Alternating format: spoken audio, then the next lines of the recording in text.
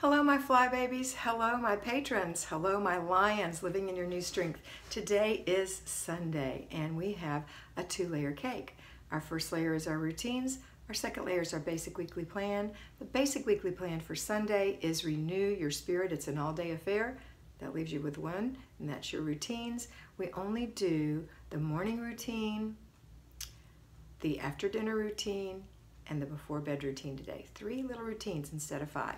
Okay, so we're going to start with our morning routine. We're going to do it before the family, and then once we've completed our routine, which is a very quick thing, then we're going to go straight into getting our kids up and putting them through their routine.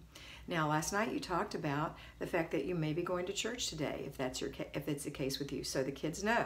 And we talked about maybe what they're going to wear, and you've got your things already on. Put your apron on. Okay, and so everyone knows we're going to church. No dilly-dallying. Let's go. Firm but kind. Do their morning routines. Come to the table. Eat their breakfast. Maybe put their clothes on after your call. And then go off to church. Enjoy your day. Enjoy the service. Enjoy your worship. Be renewed in your spirit. Come home.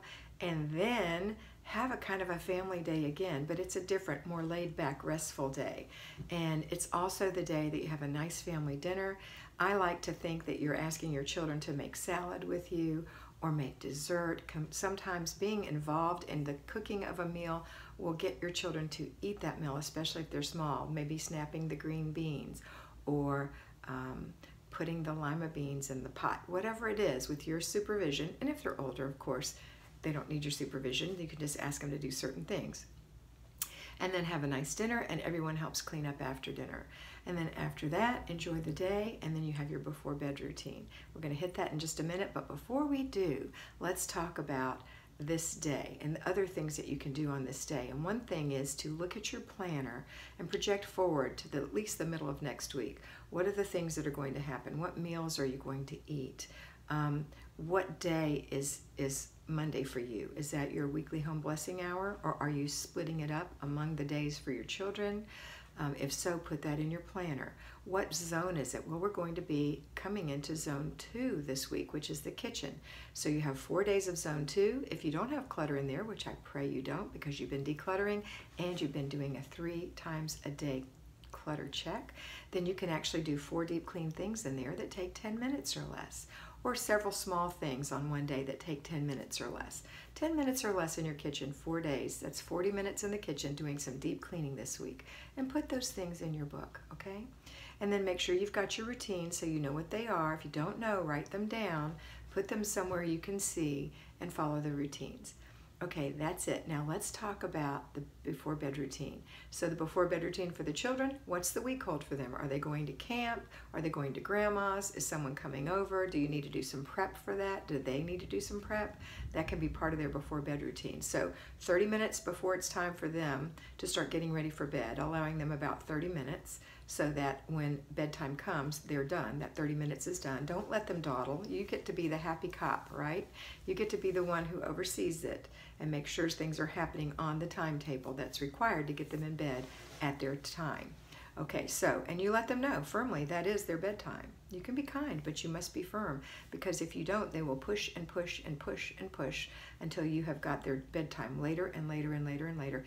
And in all things, they will do that. So you have to be that wall that they say, oh, mama says it, that means that's it. I can't push mama any further. That's it. And if you continue to push, if they continue to push, they can have a consequence.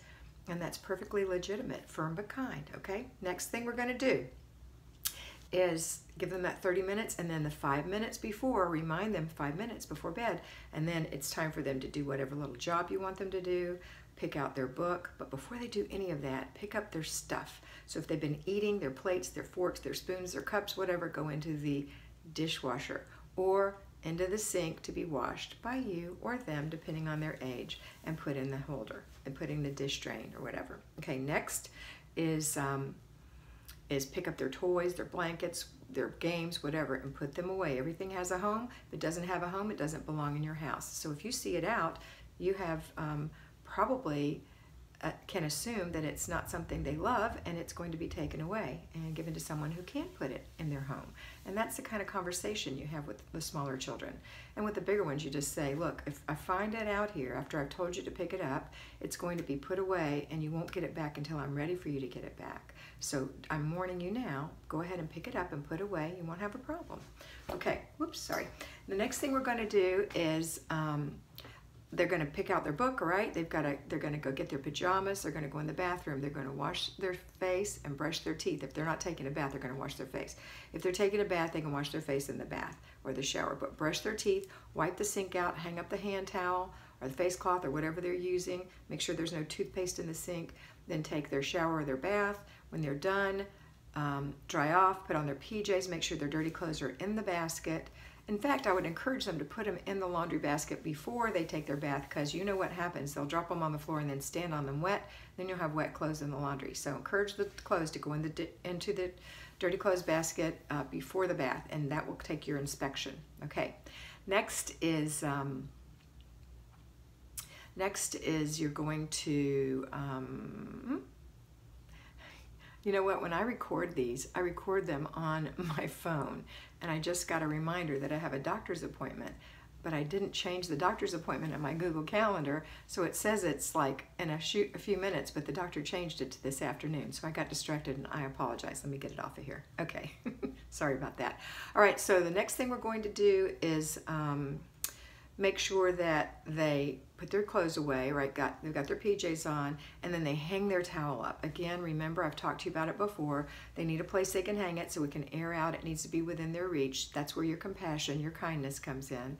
Also, they need to pick up their toys and have a place to put wet toys. Maybe you have a net that hangs in the bathroom over the tub so they can drain, but anything to keep the next person from stepping on toys, and also to keep their toys from getting gross and with water sitting in them all day long. Okay, then we're going to go have a book. So we're going to go to bed, we're going to read our books. You're going to read them or they're going to read them, book or books, chapter or chapters, your call. And just make sure you stick to the same number every night, and I wouldn't suggest more than 2 of either, because if you do, you're going to be too tired some nights and you won't be able to do that. And then they'll be upset because when you do something once or twice, that's it for them. That's the way they want it from then on. I know you know that. All right, so good night to the children, and now it's time for you. And you're going to look and see what you need to prepare for tomorrow. Do you need to pack your lunch or make sure it's taken out of the freezer or whatever? Do you need to take food out of the freezer for tomorrow's dinner? Do you have your dinners written down in your planner? Do you know what you're doing tomorrow at work or at home? What clothes you're going to need? Go lay those out. Put them wherever it is you're going to hang them up and have them ready to go with your shoes and your jewelry. And then you can go and take your bath or shower if you take it at night. Wash your face, put on your moisturizer, comb the day out of your hair, brush the day out of your hair, or wash your hair, whatever you do. Put on your PJs, put your clothes away. If they're still clean, let them air out. If they're dirty, in the laundry.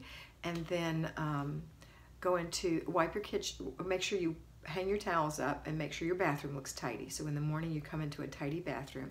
And now go into the kitchen and make sure all the dishes are in the dishwasher. Make sure there's soap in it. Go ahead and turn that on if you're the last one going to bed. And if there are a few little dishes in the sink, wash those up real quick. That's not a big deal. Don't make yourself think it's worse than it is. It's not. It's very easy to wash a few plates or a few cups for your babies who are too small to wash them themselves. Big kids, you have to oversee while they wash them. They'll learn. They will. All right, and now we're going to wipe out the sink, put a new towel in. That's called shining the sink. Just wiping it out, making sure it looks good. If it's got some scum in there, spray it with something and wipe it out. You're not scrubbing elbow grease style. You're just giving it a wipe. Hang up a new towel. Go put your towel in the laundry and turn off the lights, close the curtains or the blinds, and go to bed. And time to relax, to do whatever it is you do at night, read, watch a video, watch television, talk to your husband, etc. And then when it's time to go to sleep, closing your little eyes and turning over in that bed and going off to sleep. And in the morning, you're going to feel so much better. And remember, you're in charge of getting yourself up in the morning. All right, that's it for today. I hope you have a wonderful day. And always remember that you are beautiful.